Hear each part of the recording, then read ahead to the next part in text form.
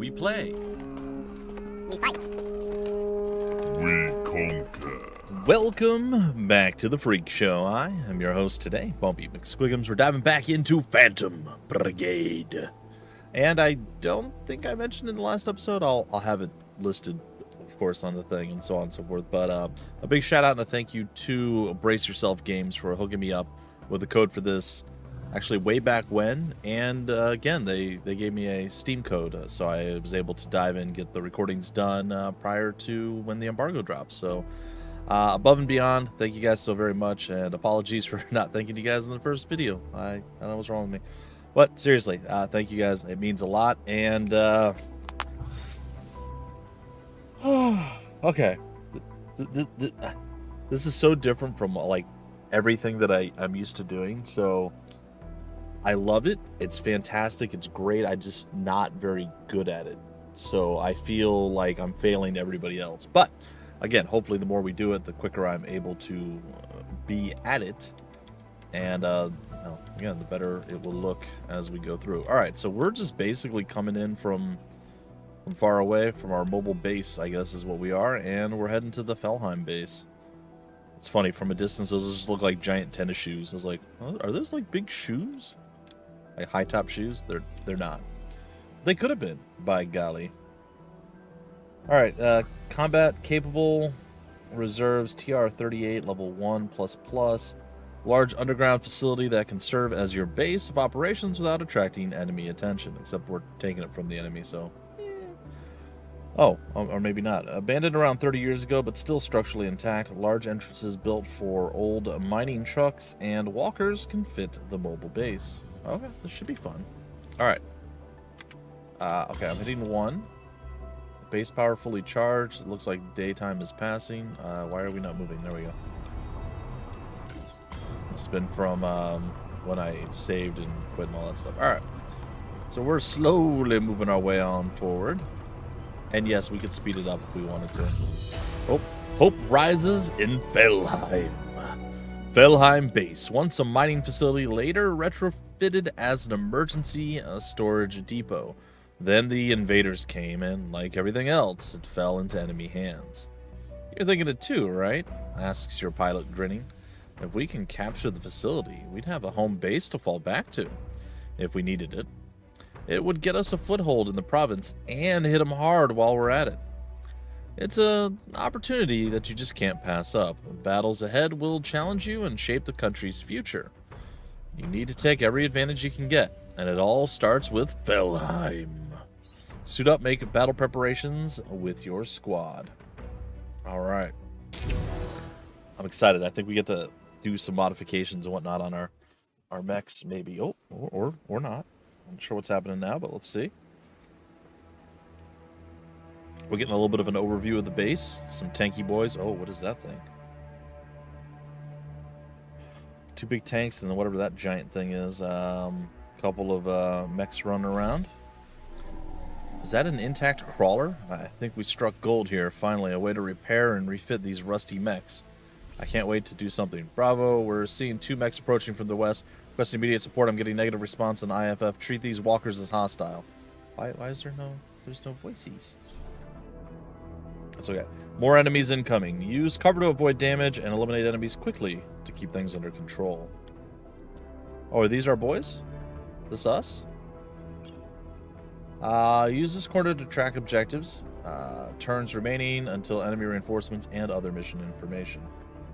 2 turns before they get reinforced. Eliminate all hostiles. Take out the enemy units quickly before the reinforcements arrive. Alright, so we got Shieldy. Oh. Lars Jacobson. So our gal's gone, who was our Shieldy last time. I know we have Nadia Harper. A handgun and an assault rifle. Alright, the tanks are moving out. At least one of them. It's just gonna sit there? Alright. I dare say I run at this thing and I shoot it when it gets into range. It's not necessarily a smart plan, but it might work.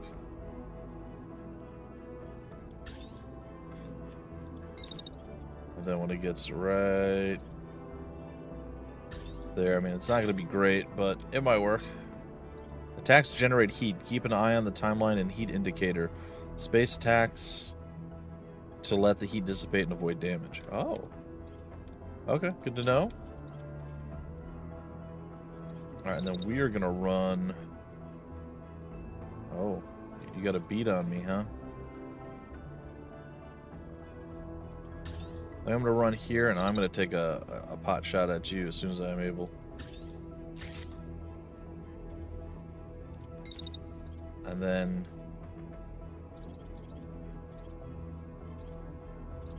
I guess I run there the rest of the way. Alright. Let's execute that, see what happens. Some shots are being fired. Okay, we got clipped a couple times. More than I would have liked. Alright, we took that thing out, right? It has to be destroyed, is it? Oh, it's not. Oh.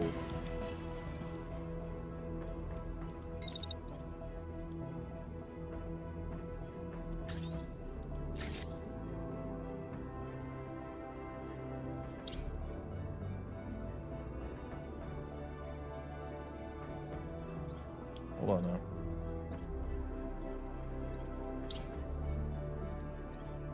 Okay, so we're gonna go for a secondary attack. We're gonna go for it right there.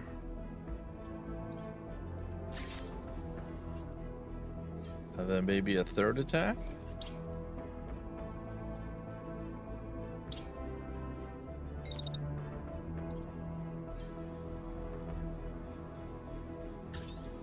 Okay, I think that'll work out, maybe. And then over here,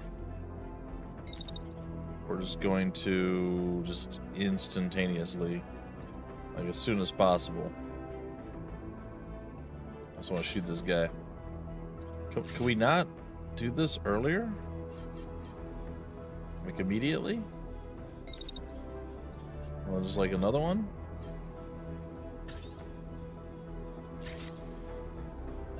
Okay, and then after that...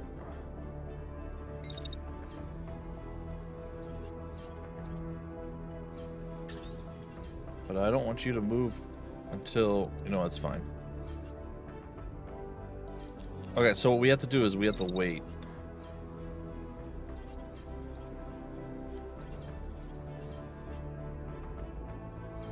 Okay, and then we can move. Okay, that makes sense. And then we can also shield as we're moving. Alright, I think that works.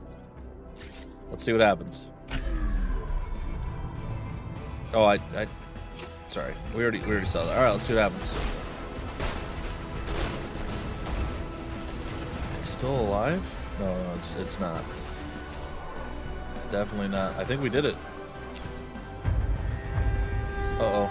Engaging. Let's deal with them and report to command. There's been no activity here for a while. I have no idea who these walkers are. Oh, I was a little disappointed. I was really expecting there to be everything was voiced. It was so good with the tutorial, but that's okay. I guess my complaint, and I say this every single time I run into it, so you guys already probably know what I'm going to say if you've been around the channel for any length of time. But my one complaint is always going to be, if you're going to have dialogue pop up and it's not voice acted, it should always be dialogue comes up, we have the option to let it auto advance, or we have to manually advance it. Either give us the option for auto advance, or let us manually advance it, or make us manually advance it.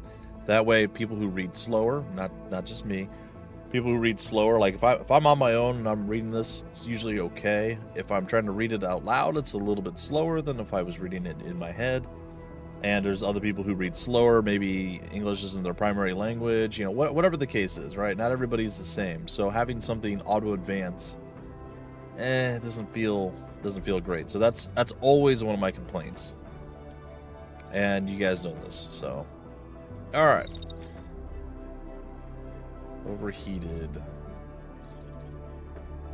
I think we're gonna get here. We're also overheated. I think maybe we just fall back.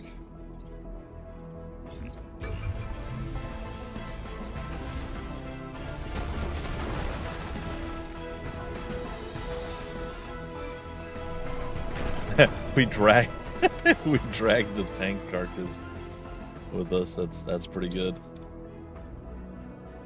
All right. Okay, I think we're gonna move there. We're gonna shield up.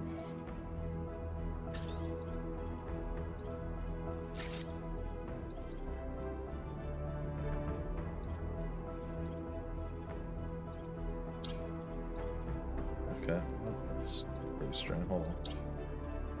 All right. Shield up, and then where you can attack once he gets to. Oh, we won't be able to attack. All right, that's fine. I'm okay with just sitting there with the shield. I say we move here.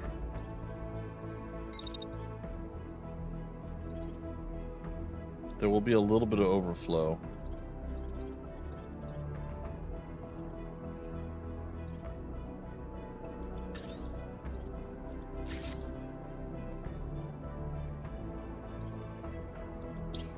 Okay, now, all right, is there a way to pee? Really? Okay.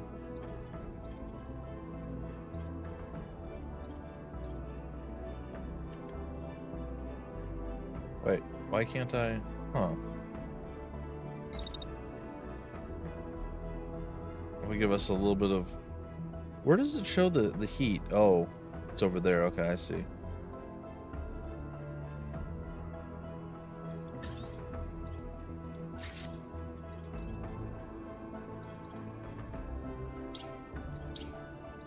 Okay, and then I suppose we could run again. Oh, hold on. We gotta wait.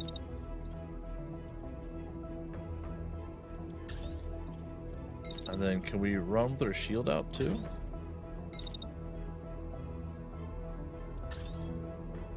Let's see how that works. It'll be interesting.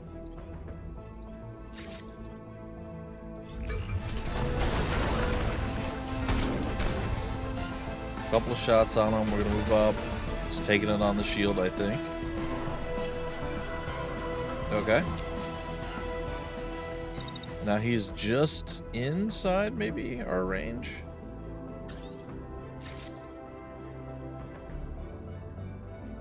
And then we're gonna wait until...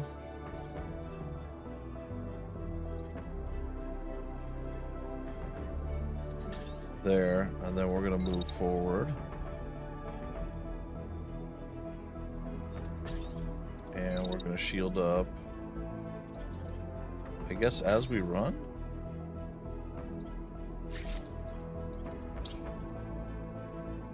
And then let him run over here. Once he gets over there.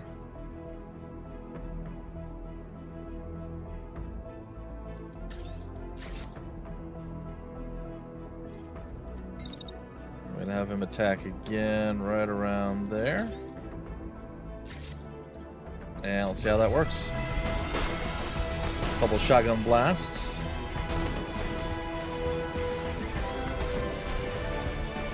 Cat, I don't know how well our shield is doing. Looks like we're not doing too bad.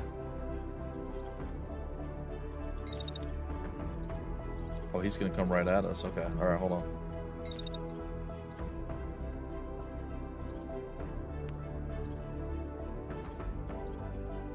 Alright, I want it right there.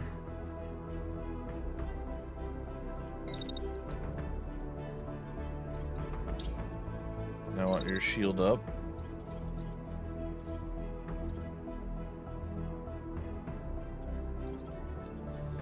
It's so weird, like he whips around so quickly, I don't understand.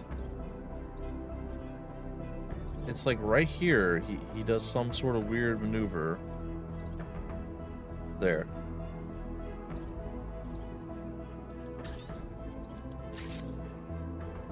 It's fine. I guess we could shield up a couple of different times here. Doesn't necessarily have to be right at the right time. Okay. Let's see what happens here. Shield's down. Fired on the shield. And we just completely biffed the attack. That's not great.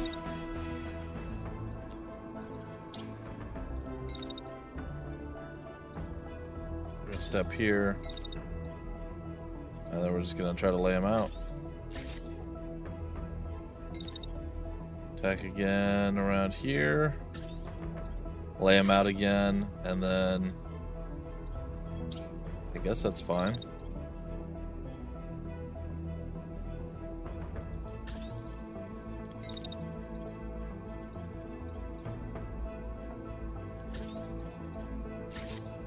Okay, see if that's enough. Oh, we just ate a whole bunch of stuff. I say he's got to go down there, right? Yeah. Well, we barely survived. Our boy here, our shieldman, not feeling super great. Our shieldman almost died, it looked like.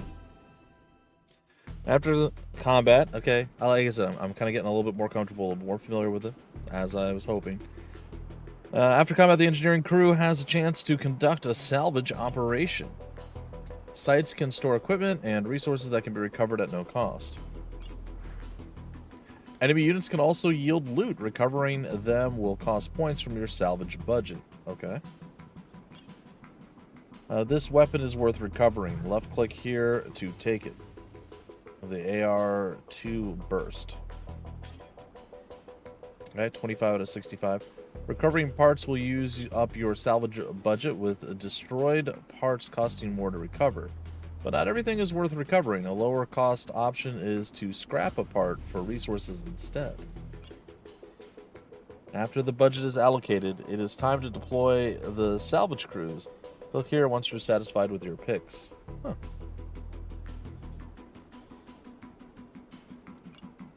Alright, so we're already going to do that.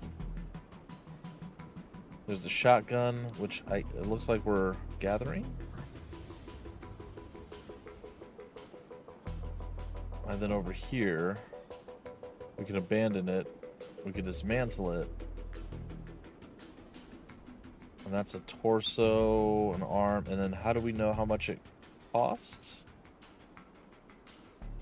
Because it's clearly not 2, 2, 2, and 2, because we got 25 off of just the single move with the AR. Does it tell us anywhere?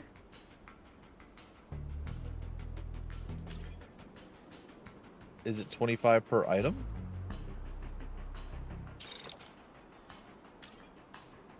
It looks like it might be 25 per item. Okay, well, that's kind of how they wanted us to go about it, so that's okay. I feel like there should definitely be some sort of info that shows us how much each one costs. Well, maybe that's just it. 10 for the salvage and 25 for any kind of recovery. Alright, starting salvage. Would you like to proceed with salvaging the selected? Yeah, so I would. Alright. Victory. Base of operations. The crew discovers an enormous, heavily fortified vehicle in the base. Inside, there's ample space to accommodate pilots and crew, complete with a bay to house mechs. It's creaky from disuse, but still otherwise intact. You run your hand along the surface of its enormous tire treads, and at your side, an engineer breathes in awe. Never thought I'd see one of these in person. And what a find!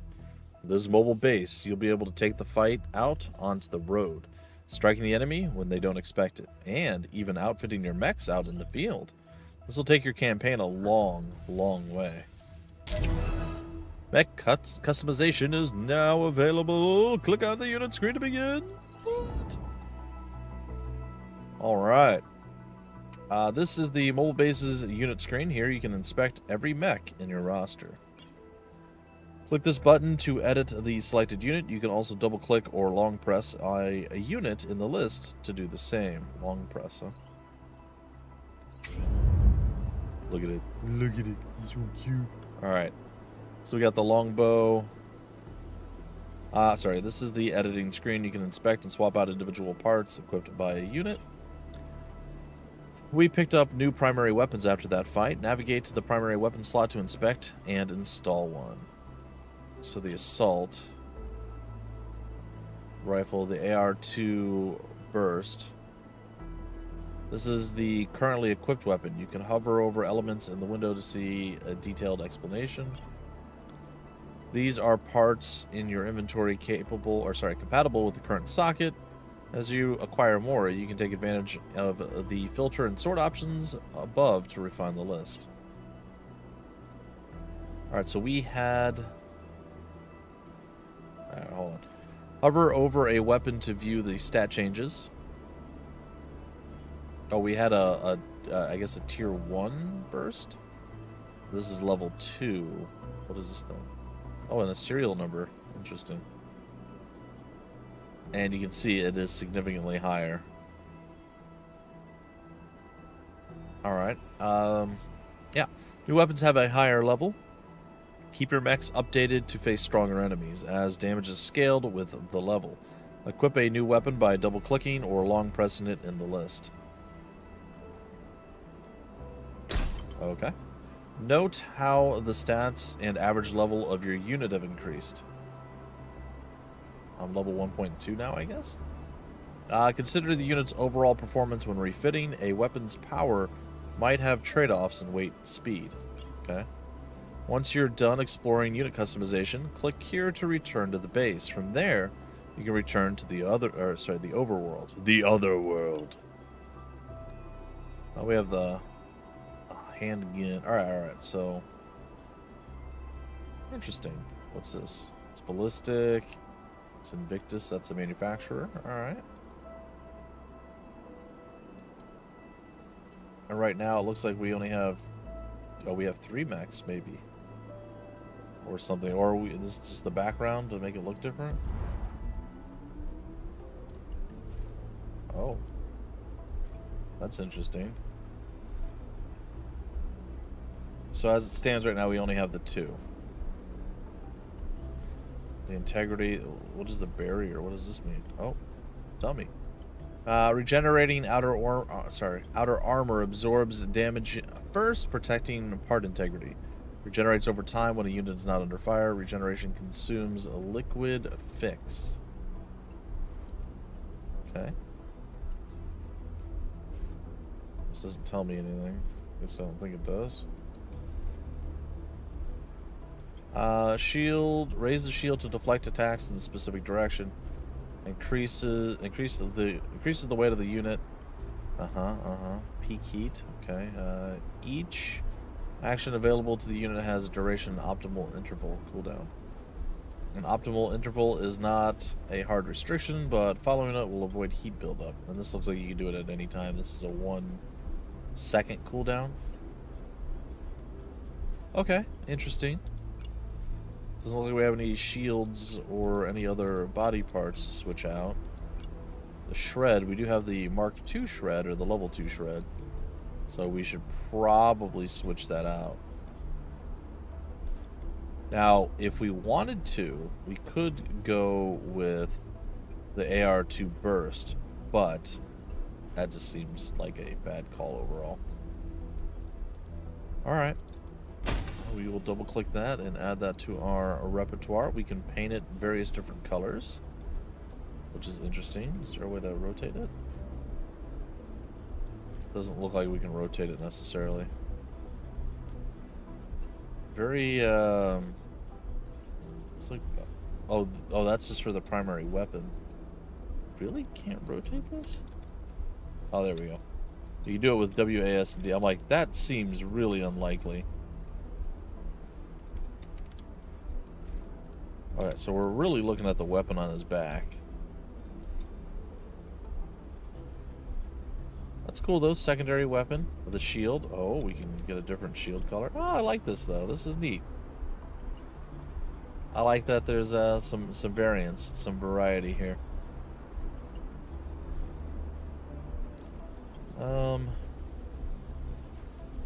That's a little too... So I know we have like a specific purple. It's akin to that, but that's too... I don't know what to say. It's too something. That's too bright, I guess, is really the only thing to say.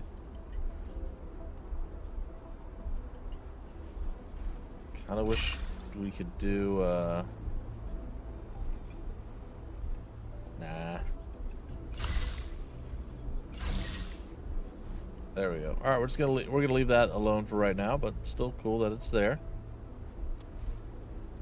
And then we have this lad here, full body. I like that you can change the full body. That's cool. It's kind of neat. And then a primary weapon. Yeah, we can do the same thing with that. I like it.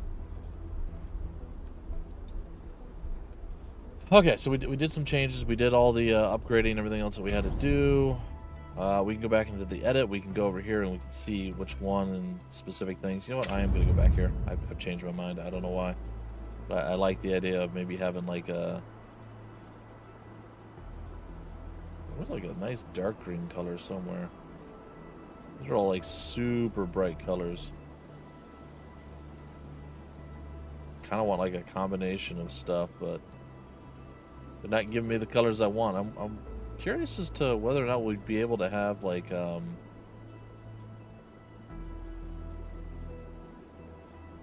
own it's so bright. It's so bright.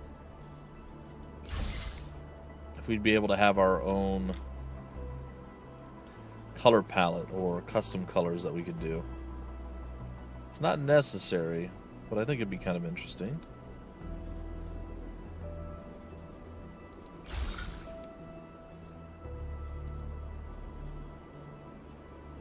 Yeah, I think I'm gonna go with that. I think that's probably better for what I'm looking for. Works for me. Okay, so we spent a decent amount of time checking out the crew there. Do what we could do. We got pilots. We see Lars Jacobson. We also have Kilo, Foxtrot, and Tango, and that was Sierra. Kilo is Nadia Harper, Rashad Rosen. We have Devin Tay. Health is a little low, maybe? Shaken up. Got beat up a little bit. Each pilot has their own resistance, and so on and so forth. Full health, full health, full health. So if we were going to send somebody else out there right now, we could totally do it. Cool, cool, cool. Can't really click on the base. We can see the world map if we wanted.